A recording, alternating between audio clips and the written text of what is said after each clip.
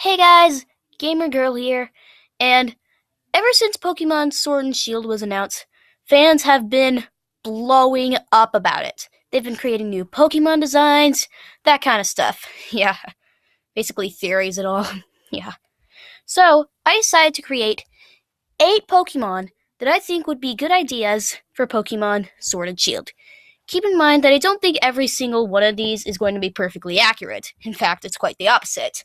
I know these aren't going to be completely accurate because I made them up, and yeah.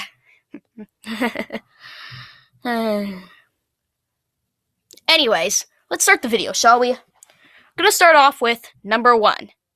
So, for number 1, I decided to take a look at the Pikachu clones. There's a Pikachu clone for almost every region. Yeah. So, I think it's very likely that there'll be one for the Galar region, too. Now, for this first entry, I created a Pokemon that's not necessarily a Pikachu clone, but is kind of like a rodent, which most of the Pikachu clones are, and is also an electric type. And that Pokemon is Zapedge. Zapedge's name comes from the word zap and hedge, being the first part of hedgehog. Now, this Pokemon is the hedgehog Pokemon, and it's an electric type, as you can see right here. Now, Zapedge, when Zapedge gets startled, it will release an electric shock. Yeah. That's literally all I have to say for Zapedge. I currently have no evolved form of it planned, but I'm thinking of having one.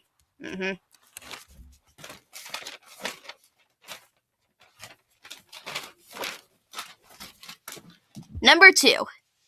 So, I wanted to create a flower Pokemon.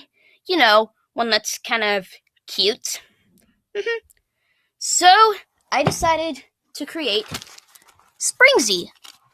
Springsy, well, its name comes from its stem being a spring, which was inspired by its stem, and basically the fact that spring is a season. And Z, I just added in there for fun. Now, Springsy is known as the Flower Spring Pokemon, of course, and it's a Grass Fairy type. I just thought the Fairy type would be neat. Sorry, guys. Now, Springsy really likes hanging out with its trainer. It thinks its trainer is its best friend, and hates it when its trainer pays attention to its other Pokemon. Yeah, I know. Kind of wants all the attention here. Yeah, I'm planning on having an evolved form for Springsy, but I haven't come up with anything yet. Alright, that's pretty much it for Springsy. Number 3. Now, for number 3, I want to create a computer glitch Pokemon.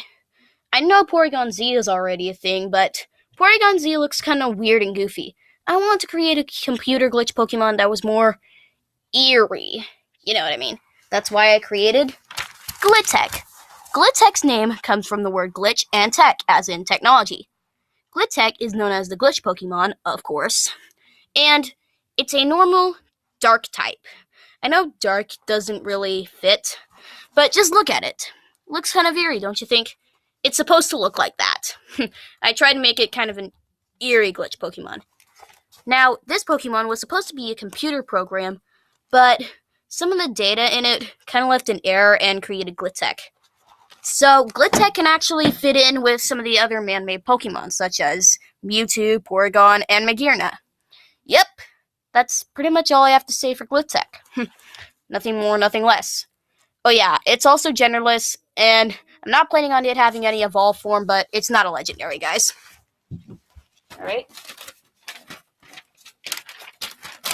Number 4. So, I wanted to have another inanimate object Pokemon, like Vanillux, Klefki, and Garbodor. So, I wanted to have a more ghostly aspect to it, and yeah. So, I created Mirect. Mirect's name comes from mirror and reflect, which mirrors do. It's called the Mirror Pokemon, if you haven't noticed that. But I'm pretty sure everyone did.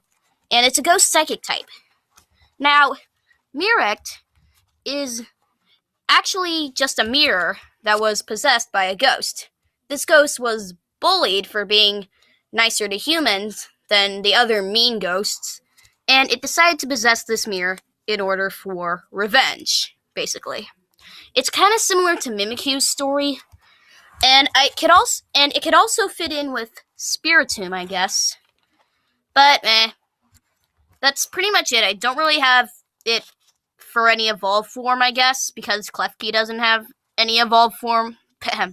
But it's not a legendary like Klefki. I meant that Klefki's not a legendary either, by the way. Sorry about that.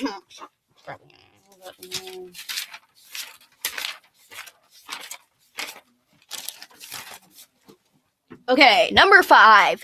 So for number 5, I want to create some kind of mythical Pokemon to represent something. And then I thought, hey, what about color? I know Ho-Oh's already considered the rainbow Pokemon, but it doesn't look that rainbowy to me. So I created Chromalia. Chromalia, well, its name comes from chrom, which is the Latin word for color. I think it's Latin. Tell me in the comments if I'm wrong, guys. And alia just comes from its feminine look. It's similar to Meloetta, but yeah, I kind of inspired it from Meloetta, kind of. It shares different aspects with all the colors, and its face is white because, well, in light form, all the colors combine to white, am I right? Anyways, Chromalia is known as the color Pokemon, of course, and it's a psychic type. Yeah. So, basically it is stated that the universe was all black, white, and gray. So Arceus created Chromalia in order to add some color to the universe. Yeah. That's literally it for Chromalia.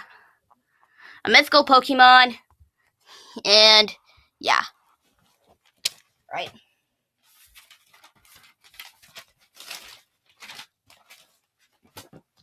Number 6. So, number 6 is a Pokemon that I decided to create. It looks really feminine, so it's 100% female. And that Pokemon is Muriel. Muriel's name comes from mermaid, and Ariel, which is the name of the Little Mermaid from the Little Mermaid movie by Disney. Enough said. No, not actually. Whatever. So, Muriel is called the Mermaid Pokemon, obviously, because we want to make a Mermaid Pokemon. And it's a water psychic type. So, basically, all Muriel wants is to be friends with humans, Pokemon trainers. It often pokes its head out to see if there are any Pokemon trainers by. Yeah. It does like befriending Pokemon trainers, similar to Springsy, but they're pretty different because Muriel's perfectly fine with other Pokemon getting attention, and Springsy is not. But anyways, let's continue.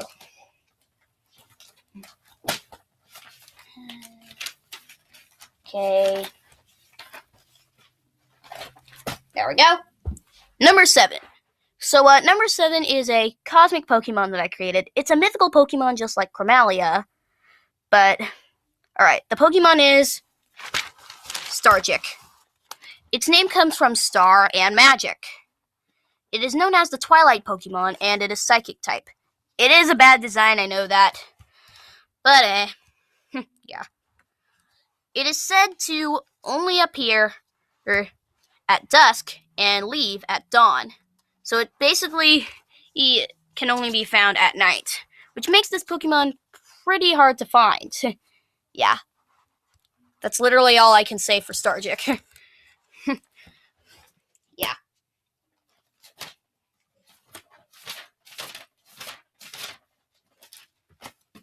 And lastly, but not leastly, number 8. So for number 8, I thought of the evolutions.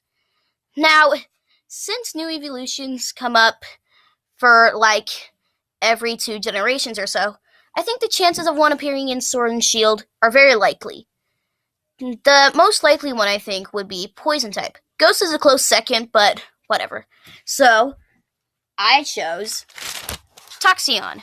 well, created it. I know Toxeon was already used, but whatever. Now, Toxeon, I don't have to go over the type since it's obviously a poison type. It is known as the toxic Pokemon because I couldn't find anything else to do.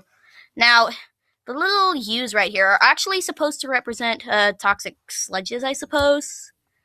And you may be wondering about the little gray things around its tail right here. Those are actually poison gases. Yeah, I know, right? To evolve Eevee into Toxeon, you'll need to level it up holding the Toxic Flask, which is an item I made up specifically for this Pokemon. Yeah.